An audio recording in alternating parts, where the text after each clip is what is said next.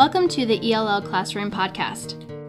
The purpose of this podcast series is to provide teachers of non-native English speakers with educational tools that apply directly to their classroom. I'm Jennifer Dunn. And I'm Michelle Klepper. You are listening to Part 2 of Classroom Management and Discipline. You should not be the one running around after them, making sure that they do all the steps that they need to do for your consequences. It is their responsibility. They are the ones that messed up. Part of what I do in my classroom is something called a discipline notebook. And I know that a lot of teachers have heard about this and maybe used this. The great thing about the discipline notebook is it ties in movement whenever the students are getting in trouble. Now, there's been research that show that whenever there's movement involved with instruction, it helps the student remember it. One question that my partner and I are thinking about now is that also true for discipline? If they have to move, if they have to do something, if there is an action involved with the consequences, is it remembered better for the student? Does it become internalized more? So when they get in trouble in my classroom and they stand up, they go and sign the notebook, they follow whatever consequence number that they're on, whether it's a warning or a lunch detention or what have you, and then they sit back down. That's a great piece of documentation. It's in the student's handwriting. They wrote exactly what they did wrong down. I don't have any arguments about it later. All I do is have to pull it out and say, really? This is your handwriting, isn't it? That's what you said you did. What I do with those papers is I take them and I put them on my computer in a spreadsheet format so that I can see how often a student is getting in trouble in my class. Now, filling in the spreadsheet on the computer literally takes about 30 seconds at the most for each entry into the notebook. But what's fabulous is whenever you have a parent meeting, parent-teacher conferences, you just highlight that student and all the times they've been in the notebook, print that off, and there's your documentation right there. You don't have to dig and hunt and try to remember and pull something else out. It's all there for you. So let's get specific. Let's really talk about what happens in my classroom. When a student gets in trouble in my classroom, they're told to go sign the notebook. And usually, after a couple of months, they know when they've done something they're not supposed to, and I really don't have to say anything at all. They go over to the 3-ring binder for their class hour.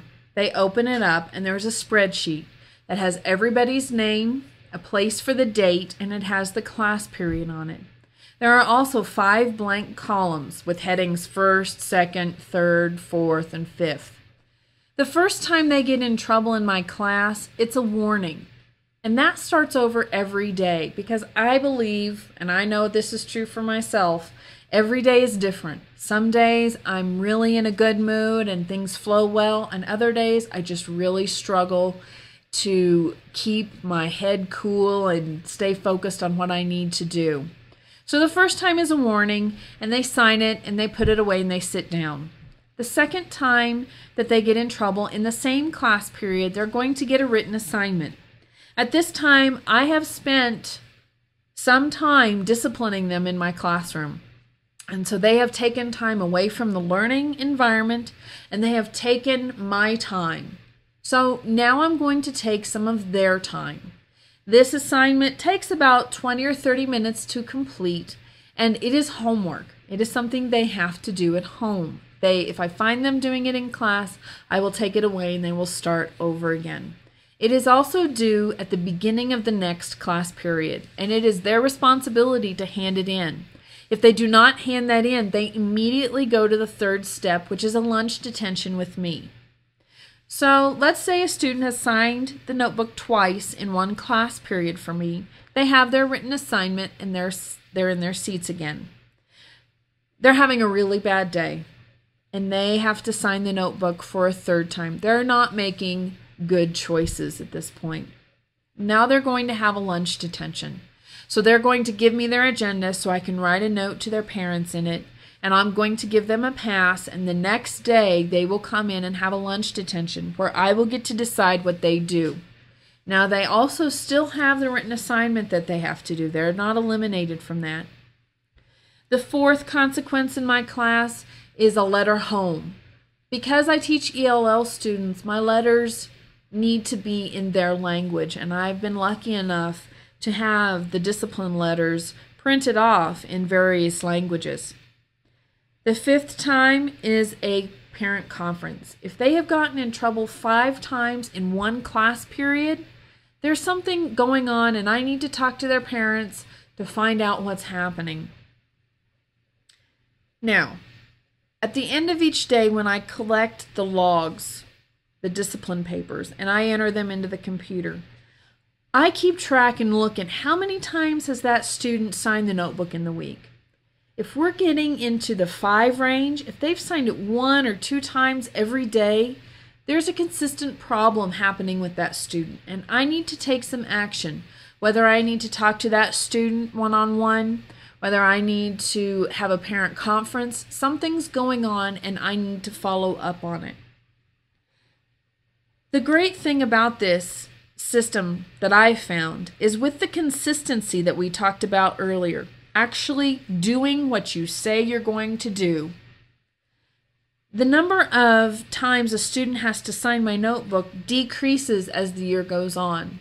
It gets less and less, and the students internalize it more and more, and I don't have to remind them, and I don't have to tell them, and they don't have to sign the notebook because they know what's expected in my class. And they follow those rules, and they also understand that I am going to follow through when they don't do what they're supposed to do, and that there will be consequences. Consistency is huge with this. If you say the next time anyone speaks, this is going to happen, then anytime anyone speaks a single word, you have to make that happen. It has to be consistent. All of those students are waiting, just waiting to see what happens the next time someone speaks without raising their hand. And if you don't follow through like you said you would, your word is shot for that class. Some of the things we've talked about during this podcast are that classroom management and discipline are critical. And without classroom management and discipline, no learning will take place in your classroom. We've also discussed that structure, set routine, practice, specifics, consequences are all necessary for a successful classroom management plan. You also need to include documentation, and an important part of your classroom management and discipline plan is that you should be able to live with it. These are strategies and structures and consequences that you have to feel would be practical and relevant to your students and to yourself. Also, having the student move after discipline has taken place is also a part that we believe affects the learning. We believe that movement facilitates learning, and so therefore we believe it carries over into the discipline also. One thing you'll find is when you have a successful classroom management and discipline plan in place, that your day goes so much better. You enjoy your day at work, and the students also enjoy it. You don't find yourself yelling or getting upset. You actually have a nice, calm, enjoyable day, and you'll find that your students are more successful. Thank you for listening today.